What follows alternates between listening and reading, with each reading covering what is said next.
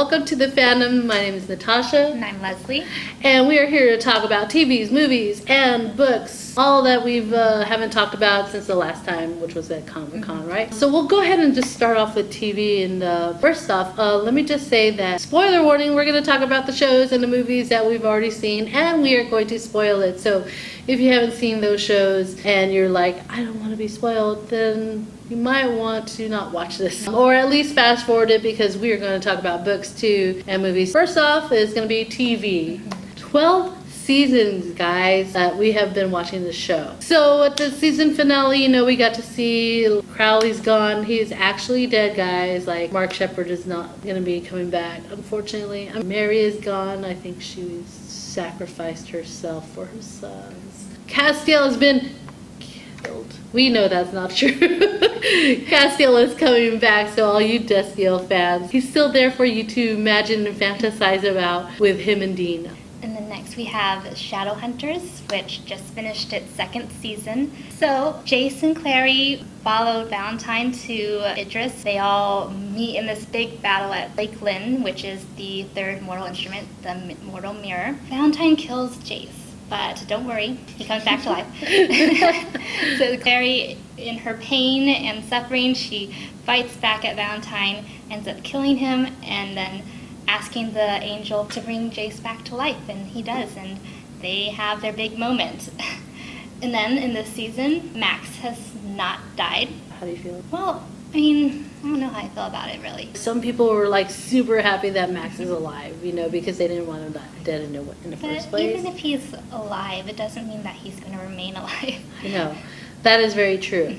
And then there are some people who kind of wanted him like in the books. Yeah, the books and the TV show haven't really followed much of the same plot lines. I mean, it's kind of in the general sense, but very, very different. I think there are some things that just, need to happen. Yeah. From the books. And then there are some things, a lot of things I'm more forgiving about. I don't know about you. I preferred the book version. Totally prefer the book version, Right. but that's why they're books. Right. And I mean, I still enjoy watching the show. Exactly. I have no complaints really, but I'm like, yeah, I definitely have to try. I have to definitely separate yes. the books from the show. So whatever happens in books, you cannot rely on them to see what happens in the show. We know that Simon made a deal with the Sealy Queen to save Maya from her abduction into the Sealy Court. What exactly was the deal? Does he have to stay there? Does he have to bed her? I'm like, who knows what Simon's thing is, and yeah, I'm like kind of worried. You don't make deals with the Sealy Queen and expect to just get away with it. Definitely not. We have Sebastian, who they think is dead, but he's not really dead. And he's found his mother, Mama, Lilith. So we'll see her next season, I bet. Oh yeah, for sure. First of all, let me just say, Will Tudor is awesome. He's awesome, and he's awesome hot. So wanting him to be a regular next season, but we'll see. I'm not sure. Jace. Okay, so there's something going on with Jace at the end of season 2. I don't know what. I'm saying he is cramping. We'll find out more next season. A lot of questions. Yeah, I mean, what we do know is that the showrunners did say that they were going to be following City of Fallen Angels. Yes. So if you remember that, then you might be able to follow the show. The Defenders. So we have The Defenders, and it's the first season of The Defenders. Daredevil, Jessica Jones, Luke Cage, and Iron Fist, all in the same series. And it was a lot of fun. I enjoyed it. I really enjoyed the banter between Daredevil and Jessica Jones, because, she's just really, like, mouthy, and Daredevil, Matt Murdock, is just really cool about that. And then I also did enjoy, the banter between Luke Cage and Iron Fist. The thing about Iron Fist, and a lot of people complained about that, was his childishness. And they did bring that up in the series. And it made sense, and I think I actually appreciated that more, and I appreciated Iron Fist more, because of that. And then at the end of the season, you see Daredevil. Well, you see that he didn't leave the building when it came down with Elektra. And everybody thinks he's dead, but he is not dead. He is actually saved somehow. But they didn't show Elektra, so I don't know if Elektra's dead either. He is in the hospital. He's in some kind of Catholic infirmary because there's nuns around or whatever, right? And so we'll see more of Daredevil. I can't wait. I'm excited because I love Daredevil. It's my favorite one of them all. Game of Thrones. So we had a very eventful season, the second to the last. We only have one more season to look forward to. And big shocking reveal. Jon Snow and Daenerys Targaryen are actually aunt and nephew. What? Yeah. That's amazing. That is so crazy. Who saw that coming? And they're sleeping together too.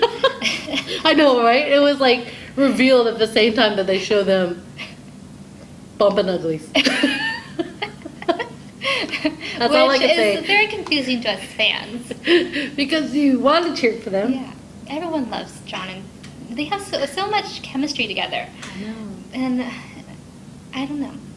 But this is Game of Thrones. This is not the real world. Just so you guys know. So don't be all like, oh, it's okay to go sleeping with your relatives. No. I know that the Targaryens have always in the past married each other Targaryens. So there's a lot of inbreeding in that family.